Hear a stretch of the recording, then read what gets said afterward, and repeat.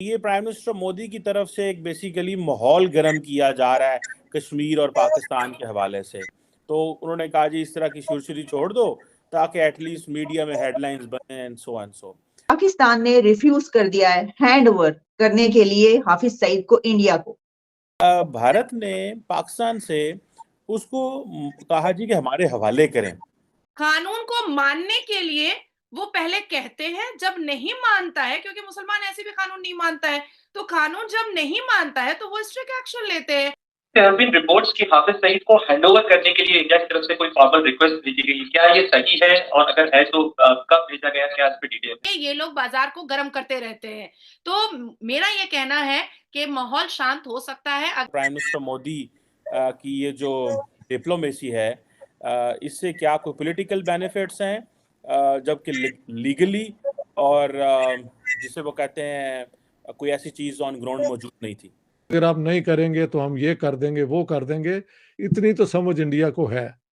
لیکن اگر پاکستان سرنڈر کر دے تو اٹ کین پروو کہ ان کی اپنی انوالومنٹ کوئی نہیں ہے. پاکستان نے بھی اس کو سزا دی ہوئی ہے. اس کے بعد that was one of the reasons Pakistan کو FATF کی گرے لسٹ سے ریموو کیا گیا تھا.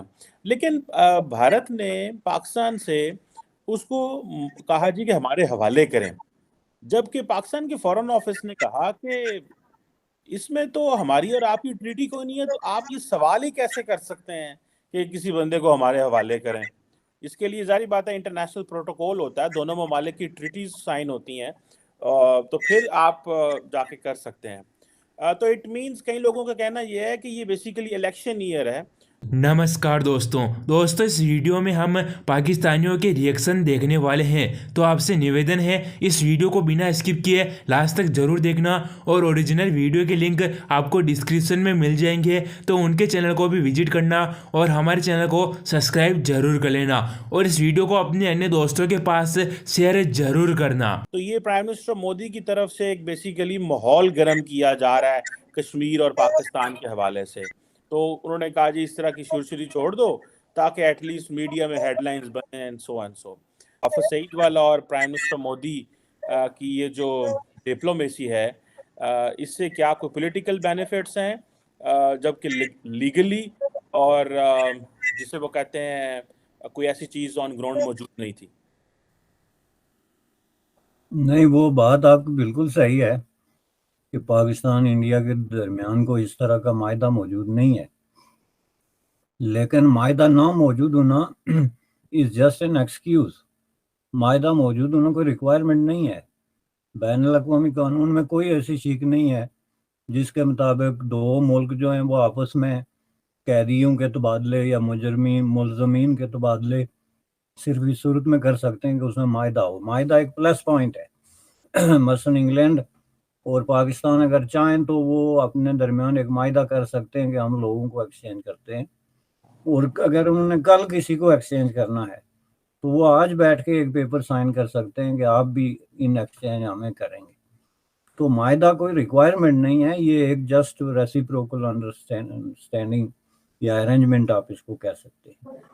اس کے لیے جو انڈیا نے، اور اس کی بہت ساری ایکسیپشنز بھی ہیں، تو اس میں یہ جو منی لانڈرنگ وغیرہ کے ایشوز ہیں، اس میں بہت ساری ایسے ملزم ہیں جو اس کی ایکسیپشن میں آتے ہیں. تو میرے خیال میں یہی وجہ ہے کہ انڈیا نے دہشت گردی کے حوالے سے ہی نہیں بلکہ اس کے منی لانڈرنگ کے حوالے سے بھی بات کی ہے. لیکن بنیادی طور پہ اگر دیکھا جائے تو پاکستان پہ ڈیپینڈ کرتا ہے، جس طرح کہ ابھی ریسنٹلی انگلینڈ اور انڈیا کے درمیان ہوا تھا، یا دیگر کئی ملکوں کے درمیان ہوتا ہے آئے دن، امریکہ اور دیگر کنٹریز کے درمیان، کہ جہاں معاہدہ نہیں بھی ہوتا وہاں وہ بیٹھ کے ایک پیپر سائن کر لیتے ہیں.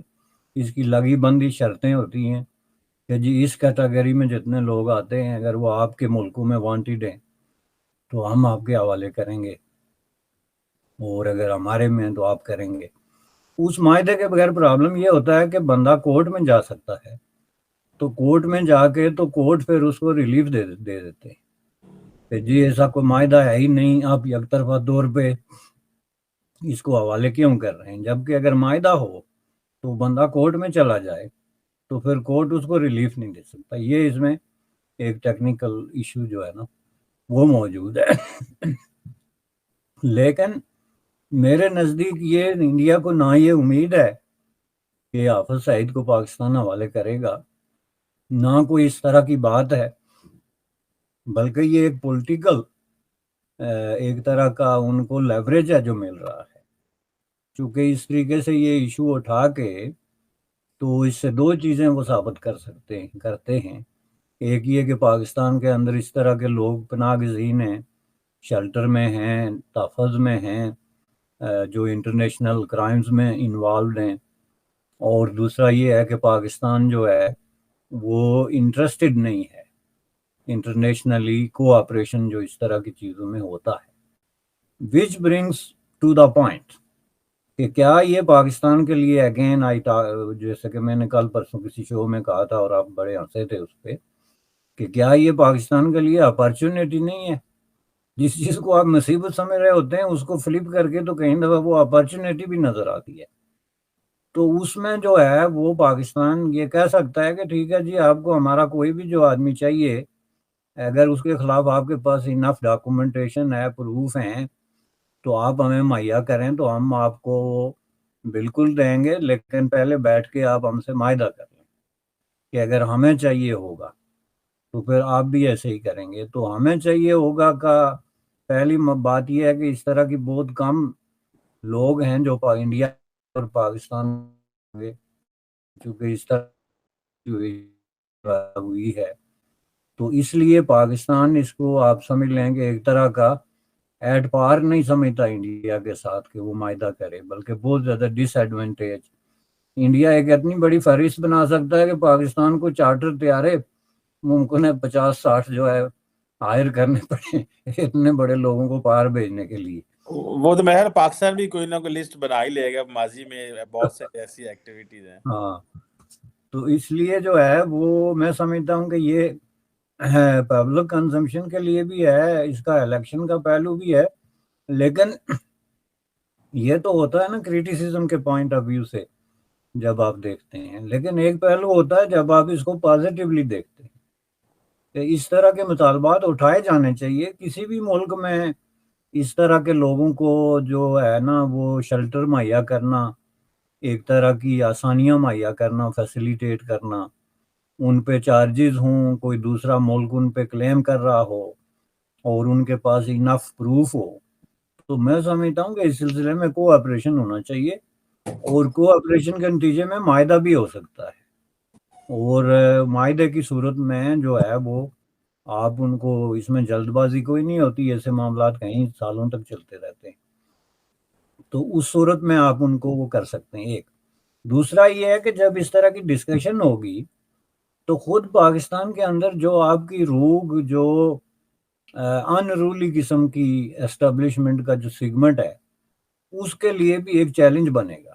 چونکہ ان لوگوں نے بھی مذاق بنائی ہوئی ہے پاکستان میں. تو یہ حال ہے نا کہ اسٹیبلشمنٹ یا سیکیورٹی فورسز کے کچھ سیگمنٹس اپنے طور پہ انہوں نے بڑے بڑے کام کیے ہوئے ہیں، اپنے طور پہ لوگوں کو آشیروادیں دی ہوتی ہیں، شیلٹر دیے ہوتے ہیں، فیسیلیٹیٹ کیا ہوتا ہے، جس کا ممکن ہے اسٹیٹ کو ایز اے اسٹیٹ.